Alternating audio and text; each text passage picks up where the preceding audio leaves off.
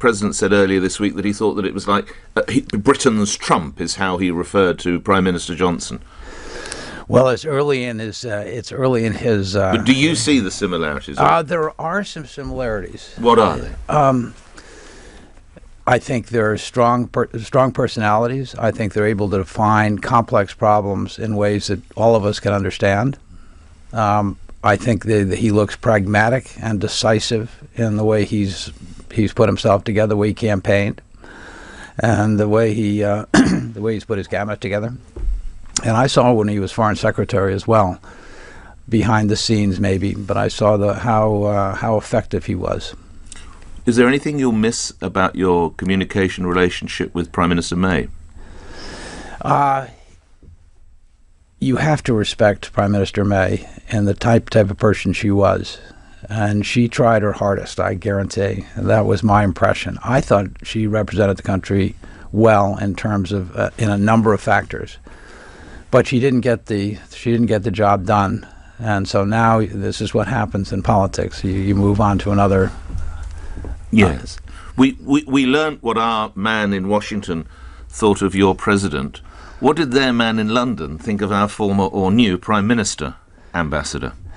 What did the what did you say? We learnt what Sir Kim Darroch thought of President Trump. I wonder what you might have said in emails or cables or messages to President Trump about Prime Minister May or incoming Prime Minister Johnson. You can share them with me. It's just you and me.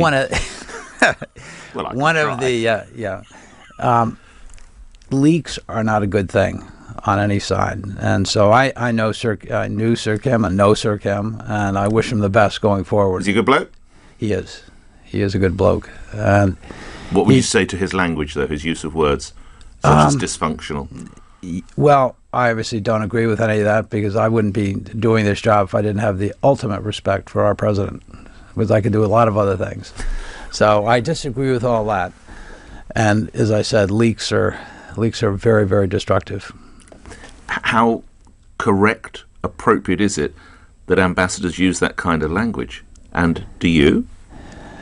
I hope I don't. But you're a plain talking businessman. Yes, right. So, no, I think when you describe problems, it's better to stick to the problem.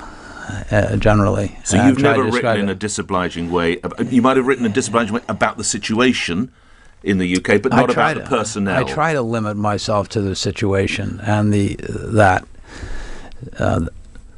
I hope I'm consistent with that, because a lot of cable. Well, you know what happens? A lot of cables go out every day. Sure. And so reading the fine print on all this, you have to be very, very. There's a lot of reading. So when you're writing, you're thinking, "Hang on, a lot of eyes are going to see what I'm sending to the president." Well, not only that, and there's a lot of cables going out. Right. Okay. So you wouldn't use intemperate language like that. I would try not to. You would try not to, with sense that you perhaps have at times. Well, I've been in sports.